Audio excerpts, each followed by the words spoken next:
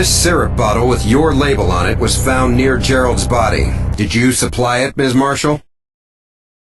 I certainly did not. And since I know you're going to ask, no, I did not put Gerald up to sabotaging Maria Olsen's sugar house. But Maple Hill is your competition. For now, but we're hoping to purchase it and add it to the Nature's Gift Foods family. Why would I want to irreparably damage the reputation of a business I'm hoping to acquire? And Chief, it would seem unlikely that Ms. Marshall would send Gerald out on an ethically dubious mission when he already was collecting evidence to blackmail her with.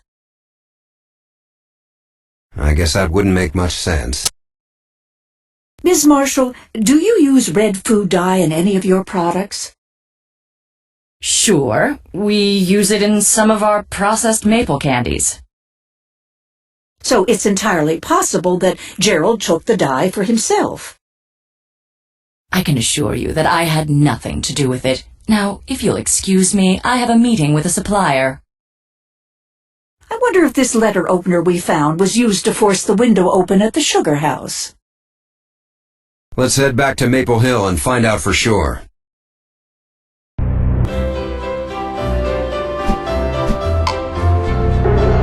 I just checked, and the scratch marks on the windowsill don't match the letter opener. Yes, the gouge marks in the wood are rounder. Maria, do you have anything around the sugar house that would fit the description of a thin, rounded tool? No, not that I know of. The tree boar is the closest thing. Chief, don't you think it's odd that the killer used a boar found inside the sugar house to kill Gerald? I mean, why search for a new tool for the murder instead of simply using the one they had to pry open the window? There's getting to be entirely too many dead ends in this case. Let's double check and see if we missed anything here at the crime scene.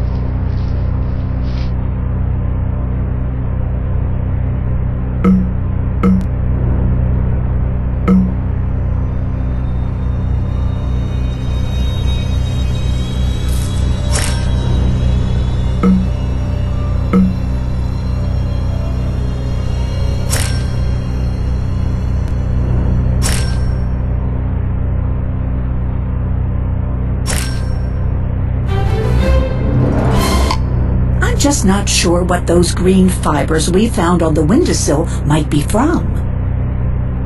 I have no idea. Let's head back to the station. Maybe my deputies made some progress on that dye.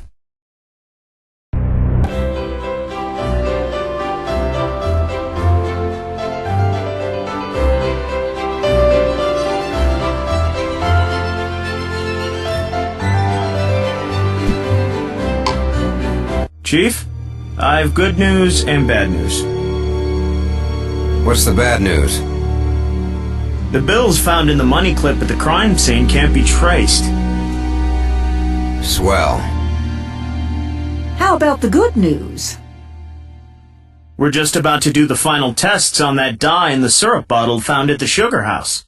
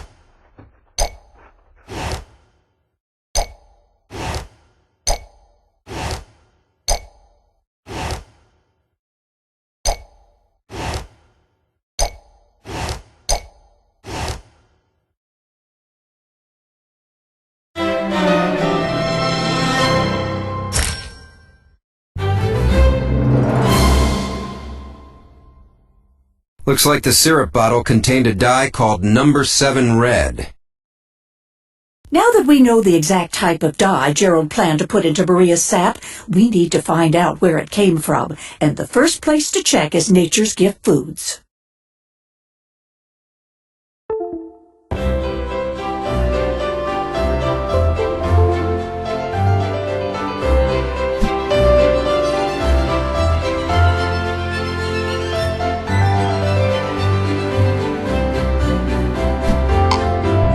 Chief, Mrs. Fletcher, what brings you back here? Do you use number 7 red dye to color any of the foods you produce in this plant? Definitely not. You sound quite certain about that. I am. You see, number 7 red is never used as a food coloring because it's highly toxic. I'd like to take another look around to confirm that. Certainly.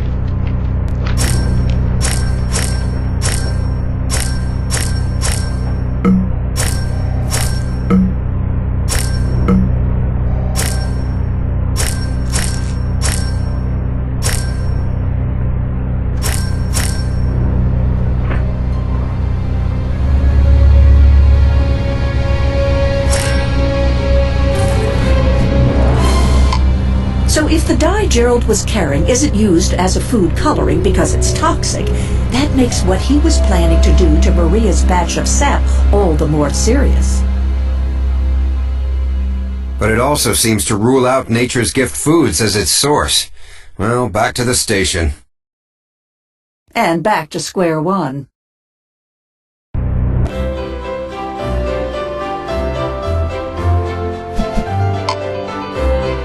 It's going to take forever to find out what the source of that dye was.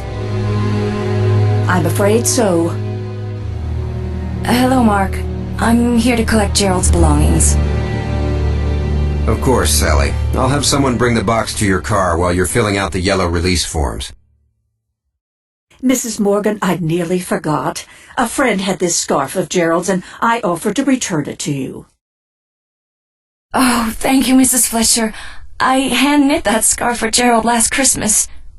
I better fill out these forms and get back to the shop. Hand-knit? Oh, dear. What? If Gerald didn't climb through the window at Maple Hill because he had a duplicate key, then he couldn't have been the one who left the green fibers behind on the windowsill. So... Let's have a look at the note Gerald received and those forms Sally just filled out.